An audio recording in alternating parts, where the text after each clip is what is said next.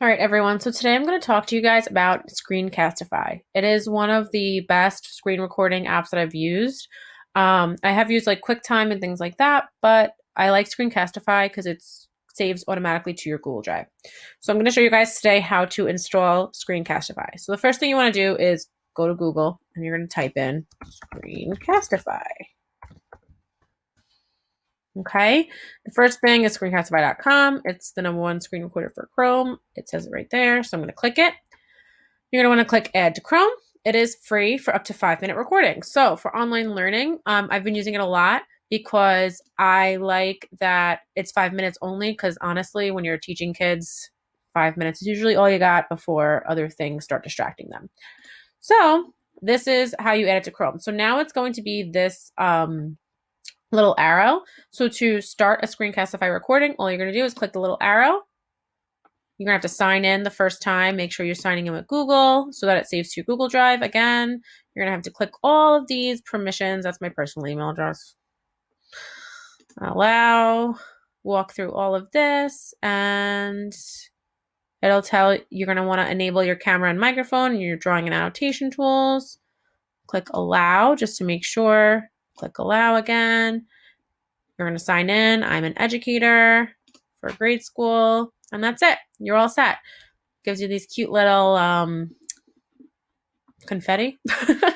And to record, you're going to click the icon to get started. Look, it's even going to walk you through a little tutorial. Again, so the 3 options is browser tab, desktop, and webcam only. So the browser tab is just the tab that you're in. So if you're recording something between a couple of different tabs, I don't recommend that option because it'll lose you after you switch out of the original tab. I always record on desktop version. You can embed your webcam or you can not, depending on what you want to do. So you can see me if I embed my webcam, it should pop up. Your microphone. If you're wearing headphones, it'll pop up. You can click that. You can record just your desktop. Again, you can toggle off your webcam if you don't want to. Some more options. You can change the countdown or the drawing tools. If you want to do webcam only, it's just your face. You don't have to worry about screen recording. So I always use the desktop version. That's what I'm using right now to record this tutorial for you guys. Something else about Screencastify that is awesome is if you click the hamburger of Screencastify, it'll bring you to your recording. So when you're done recording something, a screen will pop up. If you close out of that screen, it's okay because you could always go back to it if you go to the My Recordings of the hamburger. Or you can also click it here.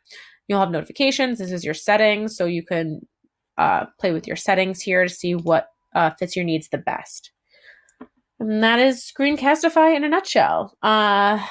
It's definitely one of my favorite apps. I use this when I am pulling up virtual manipulatives to teach math virtually because that's how you have to teach math.